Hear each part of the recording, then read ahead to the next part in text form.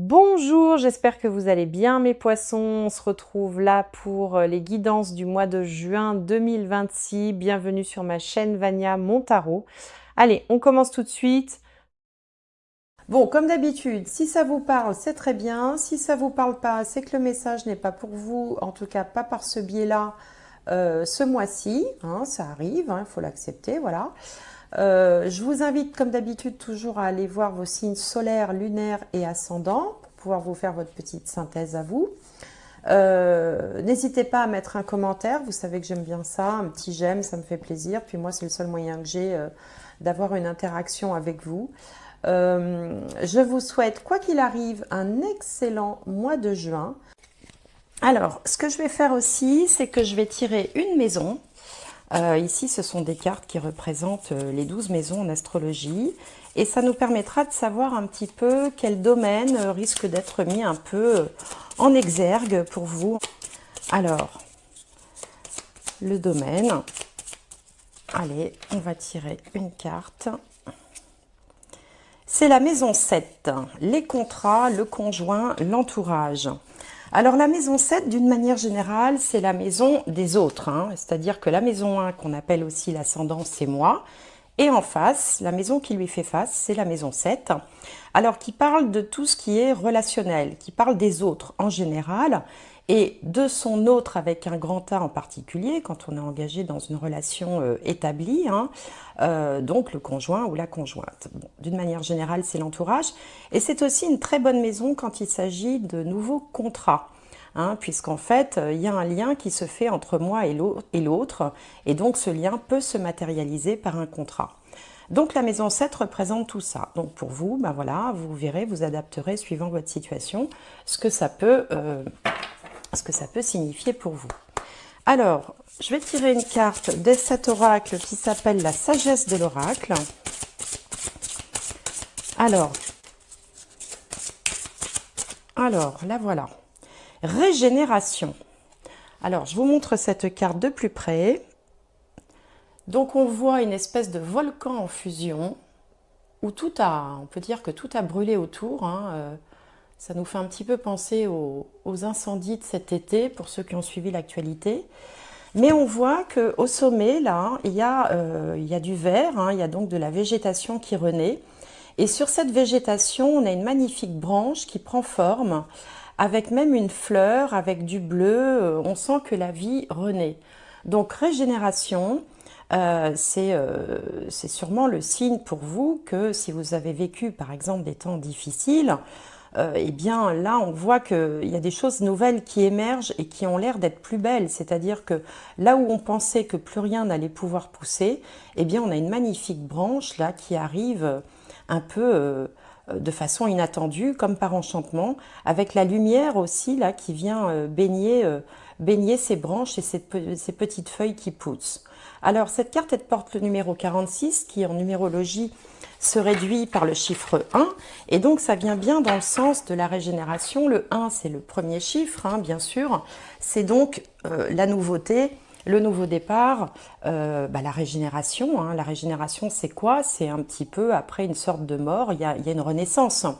Et donc c'est aussi matérialisé par ce chiffre 1 qui symbolise vraiment une ère nouvelle, un changement, quelque chose en tout cas de positif qui vient prendre vie sur les cendres de ce volcan.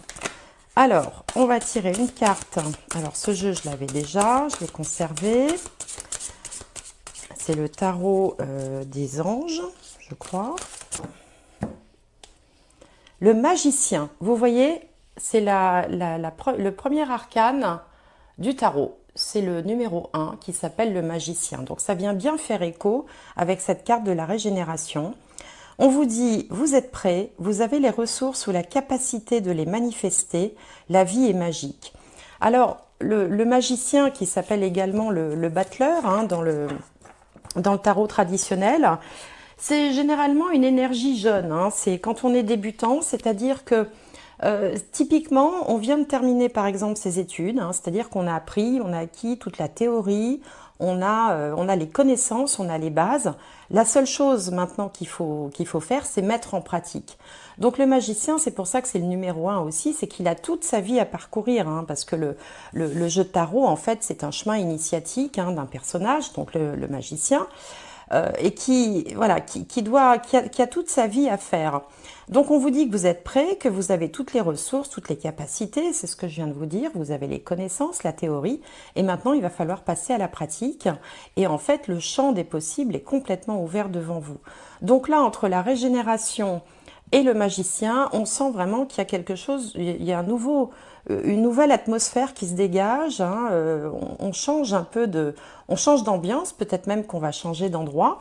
Peut-être que pour certains, on va avoir un contrat hein, qui va permettre justement de matérialiser ça. Je pense notamment à tout ce qui est apprentissage pour les étudiants, ou un contrat, ou un nouveau travail, ou eh bien, une nouvelle vie aussi, puisque la maison 7 symbolise le conjoint, un engagement par exemple qui peut se produire, ou également peut-être un changement de lieu.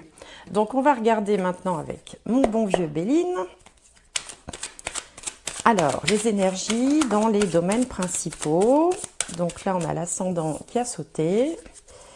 Et on va regarder, donc en face, la maison 7. Bon, là, il y a un peu trop de cartes. Alors, la maison 7. La maison 10 qui parle de carrière, de vie sociale. Et la maison 4 qui va traiter plus de la famille, le foyer et l'endroit où l'on habite. Alors, qu'est-ce qu'on a de beau? Est-ce que vous voyez bien? Oui, ça a l'air. Ici, on a la grâce, merveilleuse carte. En face, on a despotisme. En haut, on a la réussite, qui est très très bien placée, puisqu'elle est placée à l'endroit de la carrière notamment. Et en bas, on a la renommée. Donc on a ici, alors sur vous, vous avez la carte de la grâce, qui bien que ce soit une carte de Saturne, hein, vous devez commencer à le savoir maintenant, Saturne c'est une énergie, c'est une planète qui est un petit peu lourde, qui est un peu lente, qui apporte souvent des blocages, des ralentissements, des empêchements. Eh bien c'est la meilleure carte, c'est une des meilleures cartes du jeu de Béline, avec notamment la carte bleue, qui s'appelle la grâce. C'est un peu la main du destin qui vient vous sortir d'un mauvais pas au moment où on ne s'y attend plus. Hein, c'est-à-dire qu'au moment où on a perdu tout espoir, eh bien, il y a une opportunité, un coup de bol, quelqu'un qui va se manifester dans votre vie. Par exemple, vous avez été refusé dans toutes les écoles et puis au moment où vous dites bah, qu'est-ce que je vais faire, une école vous appelle pour vous dire qu'il y a eu un désistement, par exemple, et que vous seriez attendu et bienvenu. Il ne faut pas oublier qu'on part de la régénération, donc on est sûrement, on sort d'une période peut-être un peu délicate, un peu difficile, ou alors on a fait aussi un travail intérieur intense, et là on commence à en récolter les fruits, sans être forcément dans des difficultés concrètes et matérielles. Et parfois il y a des moments comme ça où on sent qu'on change de l'intérieur. Et là avec la grâce, là, c'est un peu la main comme ça du ciel, de l'univers qui vient vous chercher, qui vient vous proposer une solution ou une opportunité, quelque chose qui était inespéré. Alors en face, dans la maison 7, hein, la maison 7 donc, qui est un peu votre maison du mois, là, on a la carte de despotisme. Alors ça peut signifier plusieurs choses. Ça peut signifier que vous vous sentez un peu à l'étroit, par exemple dans la profession que vous exercez ou dans le travail dans lequel vous êtes, vous vous sentez peut-être un petit peu piégé. Vous voyez, ce personnage, il a les mains attachées, il est ficelé à un poteau. Pourtant, c'est une énergie martienne, hein, donc derrière, il y a du répondant. Hein, il aura envie de pouvoir faire comme il le souhaite, de faire avancer les choses comme il l'entend. Mais bon, il y a quand même des contraintes, il y a des choses comme ça qui empêchent. Hein, on se sent empêché, on se sent coincé, peut-être par les circonstances, peut-être par une force supérieure, peut-être par un chef de service, ou enfin peu importe, après il faut adapter. Il y a quelque chose comme ça qui vous coince. Ça peut être une première explication. Une autre explication, explication possible, c'est qu'on a un conjoint qui, lui, peut-être a du mal. Hein. C'est peut-être que vous allez bien, mais que le conjoint, conjoint, si vous êtes dans une vie commune établie, hein, justement, lui, il est peut-être dans ces énergies-là, pas savoir trop ce qu'il veut faire, ce qu'il peut faire, ou pas pouvoir faire comme il le souhaite. Donc là, il y a quelque chose qui va vraisemblablement falloir travailler. Et puis, au niveau de la carrière ou de la vie sociale ou des études, on a la belle carte de la réussite qui est merveilleusement bien placée, puisque c'est justement dans la maison 10 qu'on l'attend, hein, cette carte-là. Donc là, vous avez vraiment une opportunité. Alors peut-être que vous venez d'avoir votre diplôme, ou peut-être que vous avez reçu une bonne nouvelle par rapport à un contrat que vous attendiez, ou au fait d'être pris par exemple dans une école, ou de trouver un patron. Là je pense plutôt aux étudiants. C'est vrai qu'avec la rentrée je suis plutôt focalisée sur les jeunes.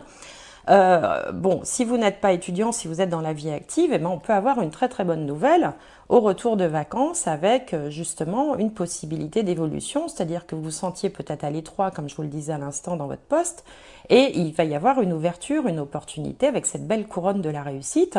Ça peut symboliser une promotion, ça peut symboliser une nouvelle prise de responsabilité.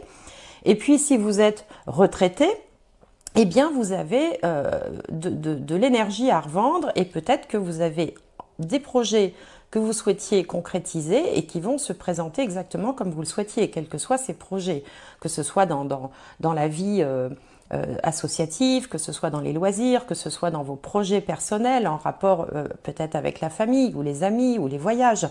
Ou votre domicile, enfin, en tout cas, tout est vraiment là, on peut dire que tous les indicateurs sont au vert, hein. Donc voilà, une très belle carte. Et puis au niveau de la maison 4, qui nous parle du foyer, la famille, la maison, on a une carte de la renommée. Donc on retrouve encore la couronne du succès, hein, vous voyez, elle est ici. Là, on a la couronne du succès qui fait écho justement au succès professionnel ou social, hein, suivant votre situation, et qui va...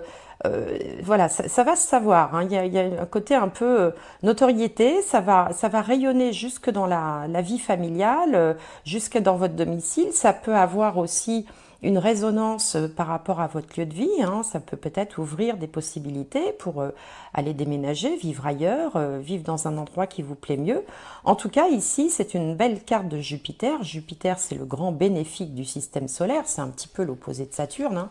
Saturne rétracte et Jupiter dilate. Et donc en dilatant comme ça, il apporte beaucoup de bienfaits, de bienveillance, généralement de l'abondance. Alors c'est aussi le significateur général des enfants, hein. Donc tout ce qui est enfants, petits-enfants, tout ça, sont aussi bien positionnés dans la maison 4, qui est la maison de la famille. Et donc on peut avoir comme ça aussi une... comment dirais-je, un rapprochement ou des relations beaucoup plus extraverties, on va dire, avec sa famille ou avec ses enfants. Donc de très belles cartes, ça commence plutôt pas mal. Alors, on va regarder avec le petit Lenormand ce que ça peut nous donner comme indication.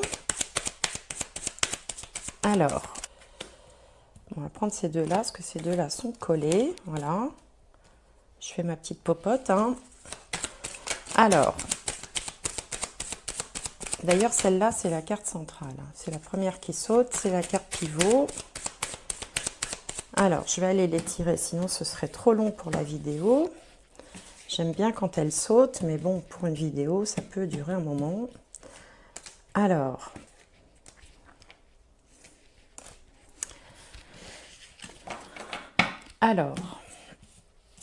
donc ici, en carte centrale, on a l'étoile. Waouh, merveilleux. L'étoile, c'est les espoirs, les rêves, l'imagination, l'intuition.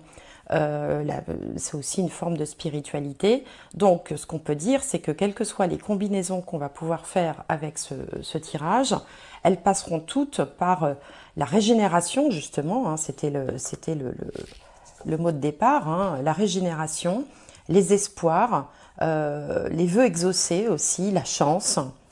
Alors, ici, on a une consultante, une énergie féminine. Alors, si vous êtes une femme, ça peut vous représenter, mais si vous êtes un homme, ça peut aussi représenter l'humain du tirage, hein, comme j'ai pas de consultant en face. Alors, on a l'anneau, la cigogne, l'ours, les souris, le jardin, le cercueil et le bateau. Bien.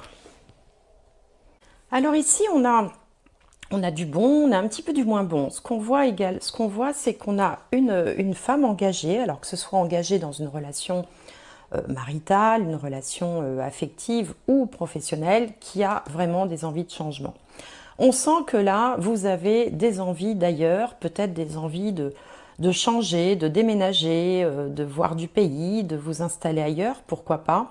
Là, on a vraiment des envies d'évasion. Il y a quelque chose qui est un petit peu pesant. Alors, soit ça peut être au niveau du partenaire de vie, où là, c'est comme si on sortait d'une déception et on commence un peu à perdre espoir dans cette relation. Cette relation a l'air de s'étioler un peu et du coup, ça donne des envies de changer, hein, voilà, d'aller voir ailleurs, de transformer quelque chose dans sa vie. Mais on voit également une personne ici qui a un grand réseau social. Alors ça peut être beaucoup d'amis, ça peut être beaucoup de relations, de connaissances.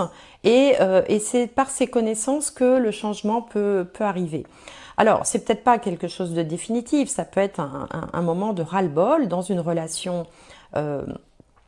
relation particulière ou dans une relation contractuelle, c'est-à-dire qu'on peut aussi être en poste et en avoir marre de ce qu'on fait et attendre, espérer mieux. C'est un petit peu ce qui était annoncé là, et on voit d'ailleurs ici qu'on va avoir mieux. Hein. Mais là, ce premier tirage, généralement, il plante un petit peu le décor, hein. Il donne un peu des indications du présent.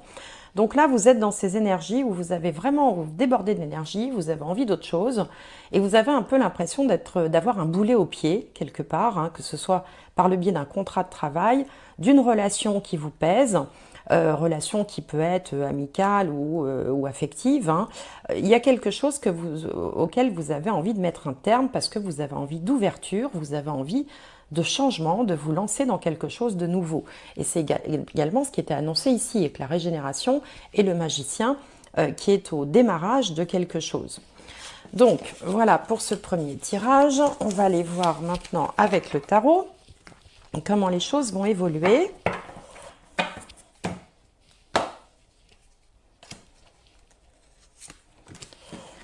Alors,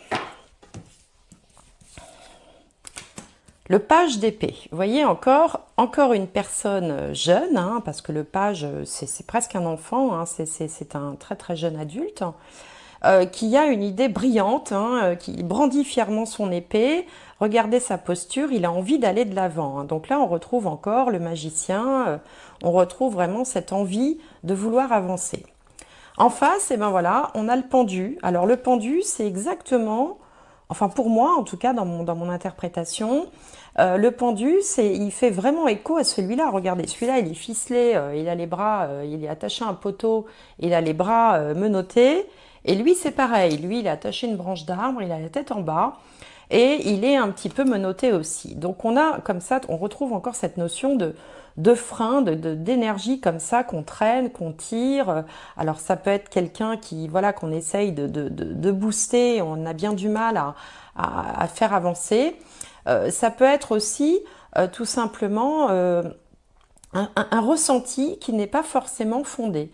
C'est-à-dire que, parce que quand on regarde bien cette carte, effectivement, il a l'air d'être dans une fâcheuse posture, mais en même temps, il a deux verrous, il a deux cadenas avec des verrous, on voit qu'il a la clé dans la main. Donc, il pourrait facilement se défaire de ses liens et sortir de cette situation.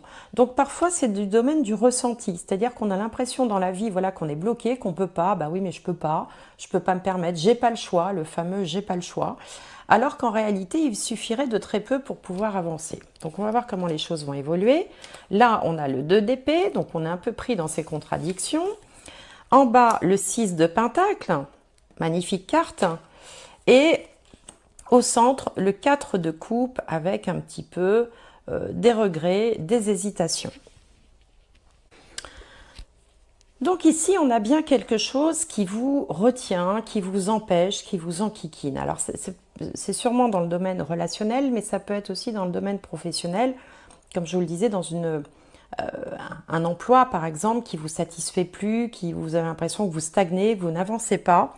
Mais ça peut être aussi dans le domaine relationnel, alors pas forcément avec le conjoint, même si la maison 7 souvent parle du conjoint, elle parle également de l'entourage, hein. Il peut s'agir de n'importe quelle personne de votre entourage, hein, y compris un enfant qui serait peut-être déjà un peu grand et que vous auriez du mal voilà, à mettre en action. Donc du coup, vous êtes aux prises comme ça entre plusieurs idées contradictoires. D'un côté, vous avez envie d'avancer. De l'autre, vous vous dites, oh là là, si je fais quoi que ce soit, ça va mal se passer. Donc peut-être que le mieux, peut-être qu'il est urgent de ne rien faire. Et donc voilà, vous êtes en proie comme ça à des réflexions qui sont complètement contradictoires entre l'envie de secouer le cocotier et l'envie de surtout ne rien déranger, pour ne pas déranger l'ordre établi, pour ne pas apporter plus de perturbations qu'il y en a déjà. Alors, la bonne nouvelle avec le 6 de Pentacle, c'est qu'il va y avoir... c'est la carte de la générosité. Donc il peut y avoir comme ça une opportunité qui était matérialisée ici par la renommée, la réussite, qui va vous permettre, alors soit d'aider la personne si elle a besoin d'être aidée, ça peut être financièrement, ça peut être aussi en dialoguant, ça peut être en discutant, en écoutant, en lui suggérant, en la conseillant, en lui suggérant de faire voilà, ou de penser les choses différemment. Là, il y a vraiment de la générosité, c'est-à-dire c'est toute la bienveillance, cette carte, réunie dans une seule carte, vis-à-vis de cette personne qui en a besoin. Alors, ça peut être vous aussi, c'est-à-dire que vous pouvez aussi, vous, avoir le sentiment d'être pris entre le marteau et l'enclume, tout seul, sans qu'il y ait une tierce personne dans tout ça, parce que vous êtes dans une situation qui vous convient plus, et d'un côté vous avez envie de bouger, puis de l'autre vous vous dites est-ce que c'est raisonnable, est-ce que je vais pas quitter la proie pour l'ombre par exemple. Donc là il y a quand même quelque chose qui peut venir vers vous, de l'altruisme, de la bienveillance, de l'entraide, d'une main tendue. Ça peut être aussi une promotion, ça peut être aussi un nouveau poste, quelque chose qui va vous arriver alors que vous aviez perdu espoir. C'était l'idée de la carte de la grâce ici, la régénération. C'est-à-dire qu'au moment où vous pensez que tout est foutu, que de toute façon vous n'en sortirez pas, eh bien, quelque chose vient s'ouvrir, quelque chose vient balayer tout ça, une opportunité arrive. Alors il faut faire attention quand même à bien saisir cette opportunité, parce que le 4 de coupe, c'est un peu la carte de l'inertie. C'est-à-dire que vous voyez, là il y a un personnage qui arrive avec une coupe sur un plateau, et puis l'autre, là il a la tête dans les mains, il voit même pas que le jeune arrive pour lui proposer ça, il se prend la tête.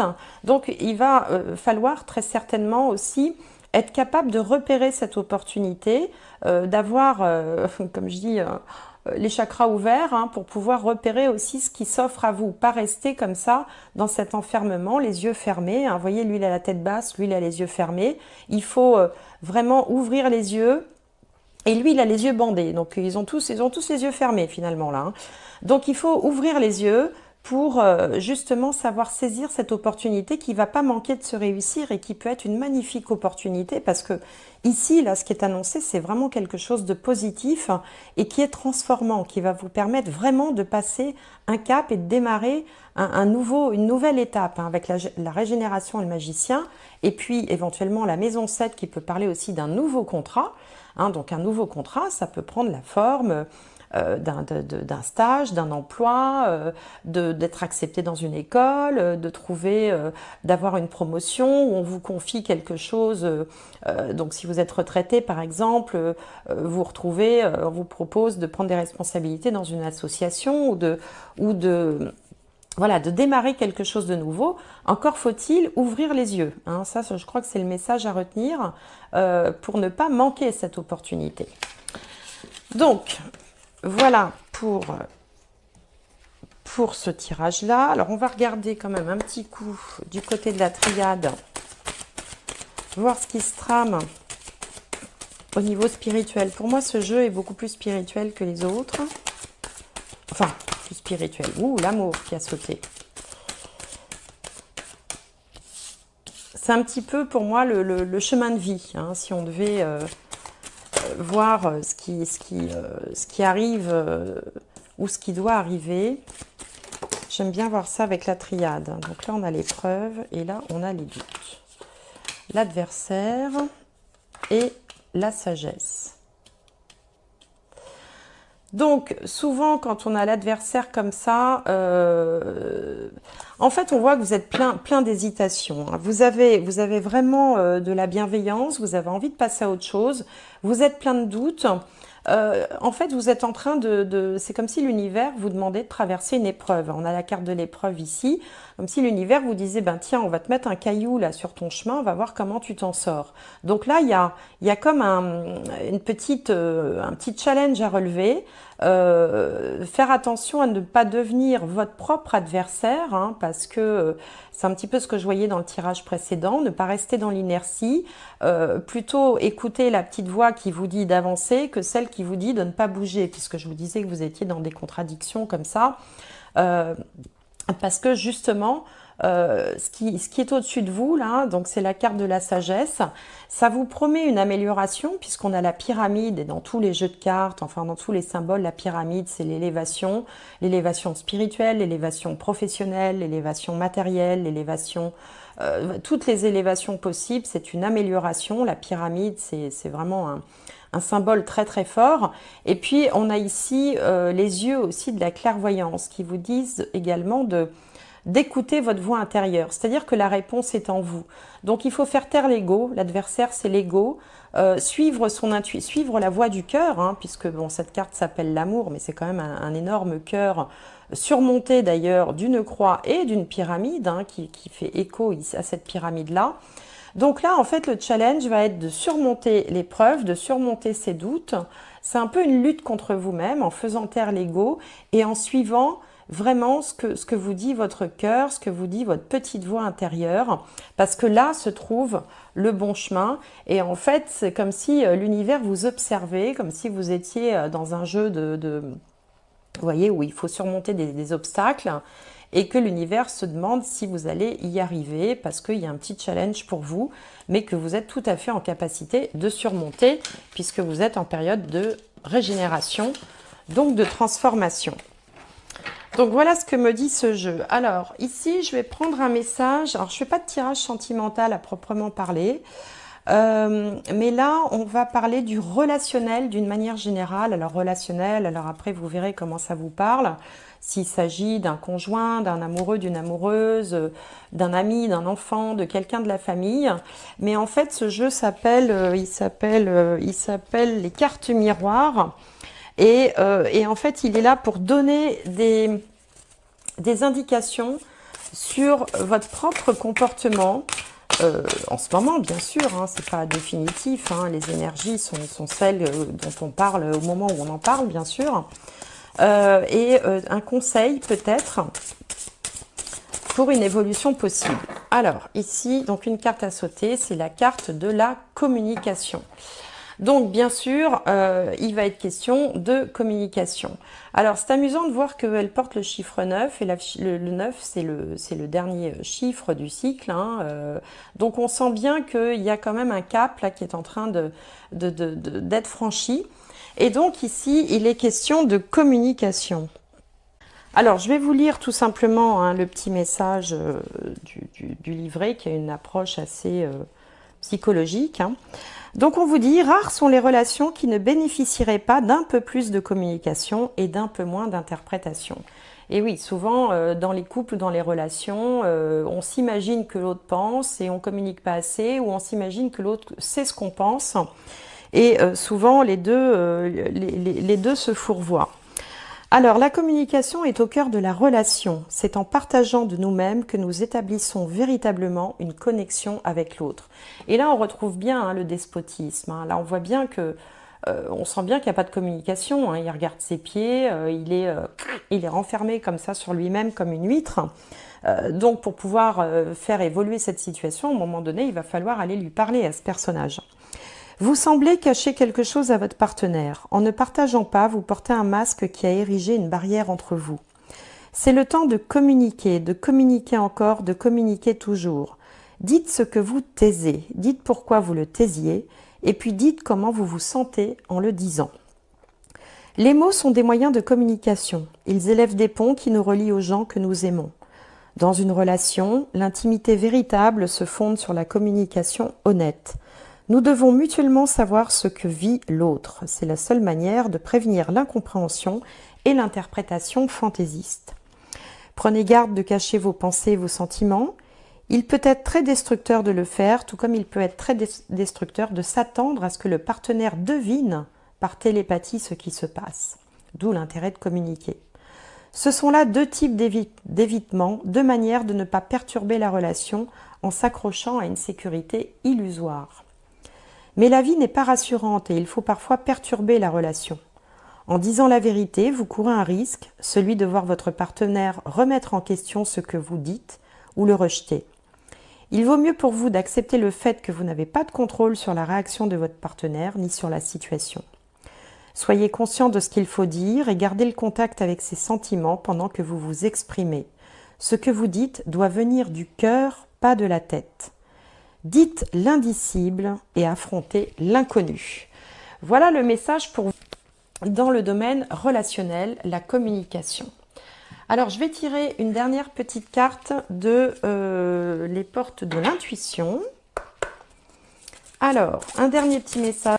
L'abondance. Sentez-vous mériter le meilleur sans aucune condition en contrepartie. Sentez-vous mériter le meilleur sans aucune condition en contrepartie. Et l'abondance, elle est là. Hein, on la voyait déjà avec la grâce, la réussite, la renommée. Hein, vous êtes vraiment au balbutiement de quelque chose de nouveau. Tout dépendra de la façon dont vous allez appréhender ce petit challenge que l'univers vous fait vivre et en vous donnant aussi comme clé de réussite la communication. J'espère que cette guidance vous aura plu. N'hésitez pas à me faire un petit coucou, un petit j'aime, un petit commentaire, j'aime beaucoup. Et j'espère vous retrouver prochainement.